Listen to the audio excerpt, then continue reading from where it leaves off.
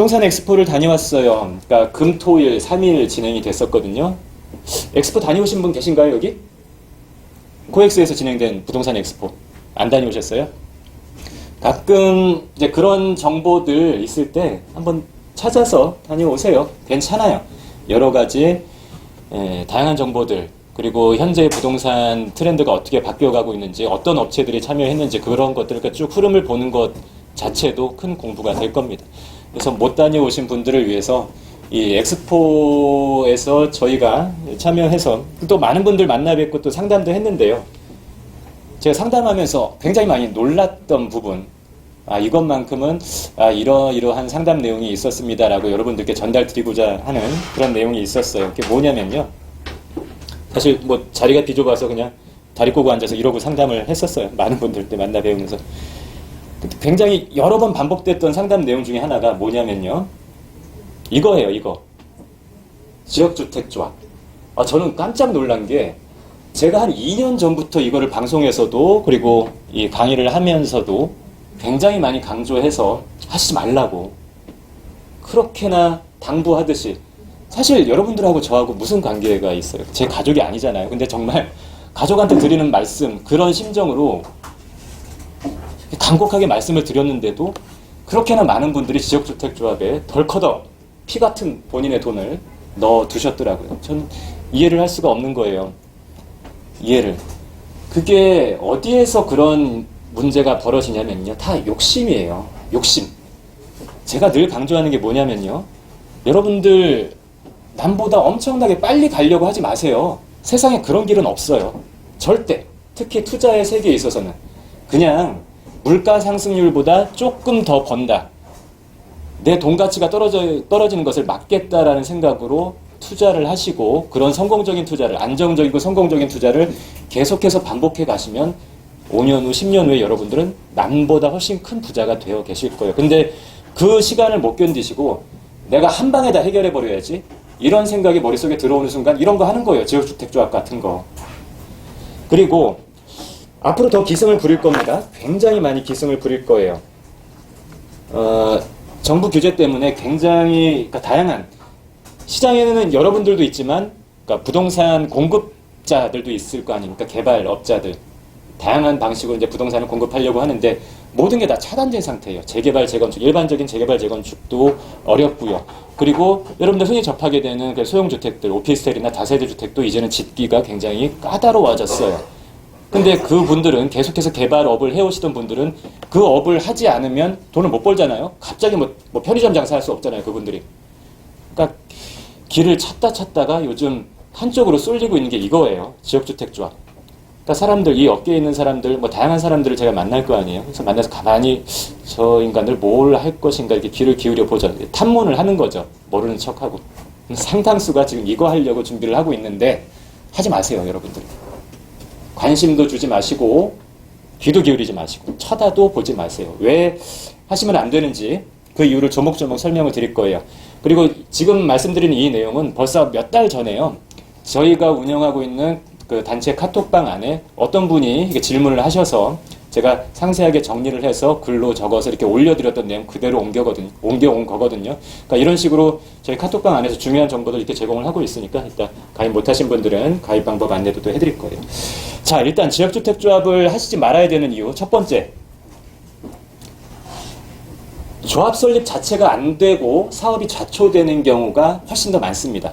통계적으로 대한민국의 지역주택조합이 100이라고 하면은 그 중에 90개는 망했어요. 살아남은 10개가 있었는데 그 살아남은 10개도 당초에 이야기했던 것보다 훨씬 더 많은 추가 분담금을 아까운 그 피 같은 돈을 내면서 마지막 그 끝나는 모습을 본 거죠. 그리고 그 시기도 처음에 이야기했던 시기보다 평균적으로 한 작게 잡아도 5년, 평균적으로 한 10년 정도 더 걸렸던 거예요. 피말리는 작업인 거죠. 주변 아파트 시세보다 훨씬 더 평당가 한 1,000만 원 이상 싸게 공급한다고 해서 어이쿠나 그러고 좋다고 가서 내 돈을 그냥 턱하니 던졌는데 진행이 안 되는 거예요. 진행이. 그러니까 그런, 통계적으로 그런 경우가 많았다라는 거. 또 이제 아파트 공급 기일의 문제. 이게 왜 문제가 되냐면요. 지역주택조합이 정상적으로 진행이 되려면 그 해당 구역 안에 토지 매입을 완료를 해야 되거든요. 근데 대부분 홍보관이라고 하는 곳에 찾아가면은 거기 앉아있는 직원들이 다 그렇게 얘기를 할 거예요. 아, 선생님 이제 벌써 한 80% 정도 토지 매입이 완료가 됐습니다. 조금만 더 남아있는 지주들은 이제 거의 다 이제 반승낙 상태이고요. 조금만 더 작업을 하면은 한 지금이 6월이니까요. 뭐 9월, 뭐 추석 정도 되면은 다 완료가 될 것 같습니다. 이런 식으로 이야기를 할 거예요. 100이면 100 다 그렇게 얘기를 합니다. 근데 실제로 그렇게 되는 경우는 없어요. 없다고 보시면 돼요. 이 95% 이상의 토지 매입을 완료를 한다는 게 현실적으로 쉬운 일이 아니에요. 그리고 가장 문제는 뭐냐면 여러분들이 그걸 확인할 방법이 없어요. 토지 매입이 완료됐는지 안 됐는지 무슨 수로 확인을 할 거예요. 서류상으로 확인할 방법이 없다니까요. 그리고 이 지역주택조합과 관련된 법률이 대한민국의 법 중에서 악법 중에 악법인 게요. 그런 확인 절차를, 그러니까 소비자들을 위해서, 투자자들을 위해서 확인 절차를 안전하게 진행할 수 있는 그런 법적인 담보 장치가 전혀 없어요. 어떤 방법으로도 여러분들은 확인을 할 수가 없어요. 다만 그 사람들이 하는 이야기만 믿을 거예요. 그리고 서류 좀 보여달라고 강력하게 요구하면 어디서 저 구석에 처박혀 있는 거, 무슨 복사본 같은 거, 너덜너덜해진 거, 그거 들고 와갖고, 자, 보세요. 도장 다 찍혔죠? 하나하나 막 넘기면서, 침 묻혀갖고 넘기면서. 그런 식으로 얘기할 거예요. 근데 그걸 보고서 내 아까운 돈, 몇 천만 원, 몇 억을 지역주택조합에 갖다 그냥 퍼붓고 있는 상황이라는 거죠. 그 욕심 때문에. 자, 아까도 말씀드렸지만, 반드시 이런 용어가 등장합니다. 확정지분제, 확정분양가라는 용어를 써서 지금 딱 정해져 있는 이 돈 이외에는 절대 안 들어가니까요. 이 싼 값에 요즘같이 이 아파트 시세 비싼 이 시대에 이 평당가 1,000만 원 싸게 공급받을 수 있는 이 좋은 기회를 왜 놓치십니까? 그러면서 막 이제 강요를 하죠. 근데 100% 추가분담금 발생해요. 제가 어떤 경우까지 봤냐면요. 제가 이 일을 하고 있다 보니까 다양한 개발자들이 저희한테 의뢰를 해요. 근데 처음에는 저한테 이제 지역주택조합이라는 걸 이야기를 안 하고 뭐 재개발이라 그러더라고요. 그래서 이 현장에 대해서 좀 뭐 검토를 하고 작업을 해줬으면 좋겠다 해서 찾아가 봤어요. 근데 왠지 그 현장 위치를 가만히 제가 들어보니까 이거 그냥 지역주택조합 같은데? 라는 생각이 든 거죠. 진짜 찾아가 봤더니 아니나 다를까 그거더라고요. 그걸 추진하고 있는 사람이 처음에 갔는데 얼굴도 안 보이는 거예요. 한 10분 정도 기다리다 보니까 저쪽 구석방에서 나이가 그렇게 많지도 않으신 분인데 거의 뭐 걸어다니기가 힘들 정도의 몸 상태가 돼서 약봉다리를 이만큼 들고 쩔뚝쩔뚝하면서 나타나갖고 제 손을 붙잡고 부탁을 하더라고요. 이거 어떻게 좀 해달라고. 암에 걸렸대요.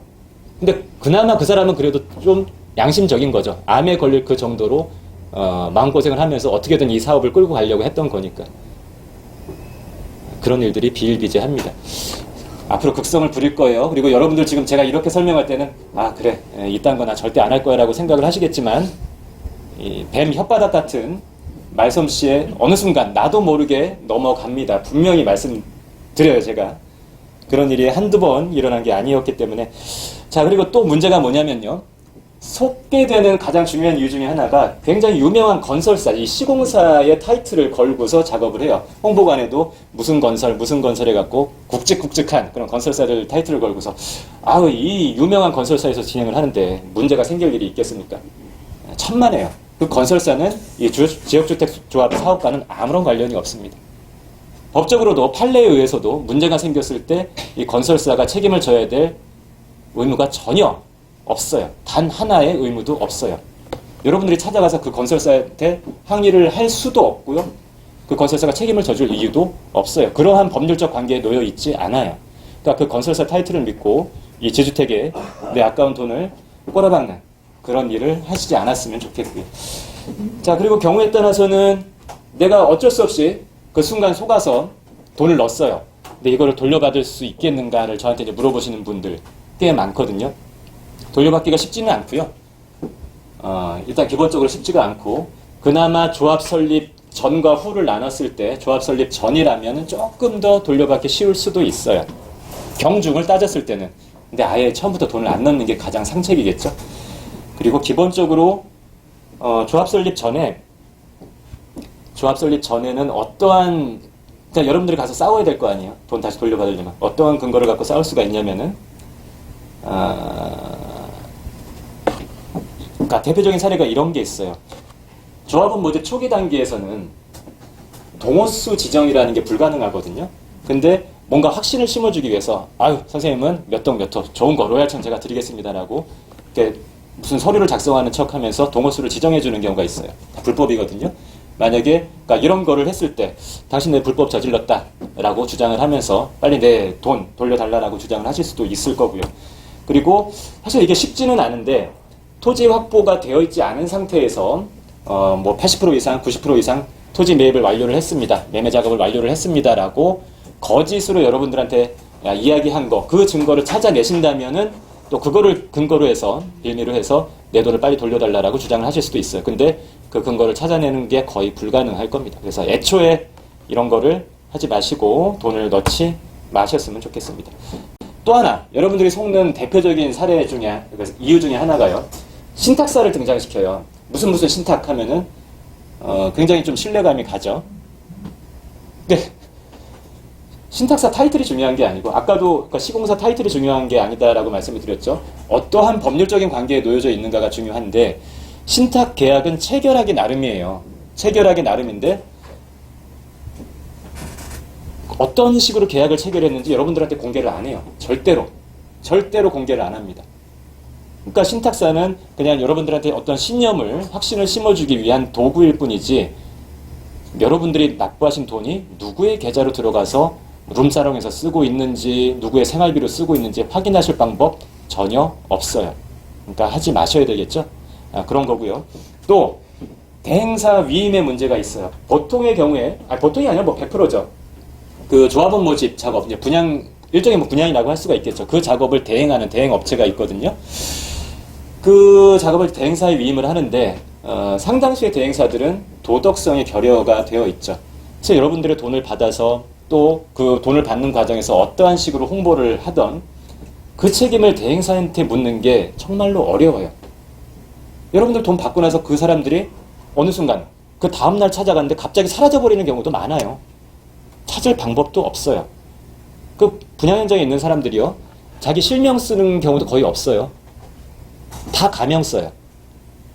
그래서 또 따방이라고 하는 거 아니에요. 그래서 이 정도 심각한지 모르셨을 거예요. 이 정도로 심각한 문제인지 모르셨을 거예요. 근데 그럼에도 불구하고 제가 엑스포에서 만나뵀던 굉장히 많은 분들이 저한테 찾아와서 그냥 딱 보면 얼굴에 지역주택조합 써 있어요. 상담을 하고 가셨어요. 그래서 근데 뭐 다행히 돈을 납부하지 않으신 분께는 절대 하시지 말라고 제가 간곡하게 말씀을 드려서 돌려보냈고, 납부하신 분한테는 그냥 몇 마디 나눠보고 저분 혼자 돌려받기는 쉽지 않겠다 싶으면, 그런 생각이 들면 그냥 빨리, 괜히 변호사 그 수임료 아까워하지 마시고 변호사 선임해서 변호사를 통해서 그 사람한테 조금 떼어주는 한이 있더라도 법률적으로 빨리빨리 진행하시라라고 말씀드려서 돌려보냈습니다. 그래서 부디 이 자리에 앉아 계신 여러분들만큼은 이런 것에 이렇게 현혹되지 않으시기를 간곡하게 좀 당부를 드리겠습니다. 저랑 약속하신 거예요? 네. 예. 그리고 또 하나, 이 질문도 이제 많이 받았는데 이게 뭐냐면요. 강연에 오래 오신 분들은 좀 익숙한 내용일 수도 있어요. 자, 이게 뭐냐면요.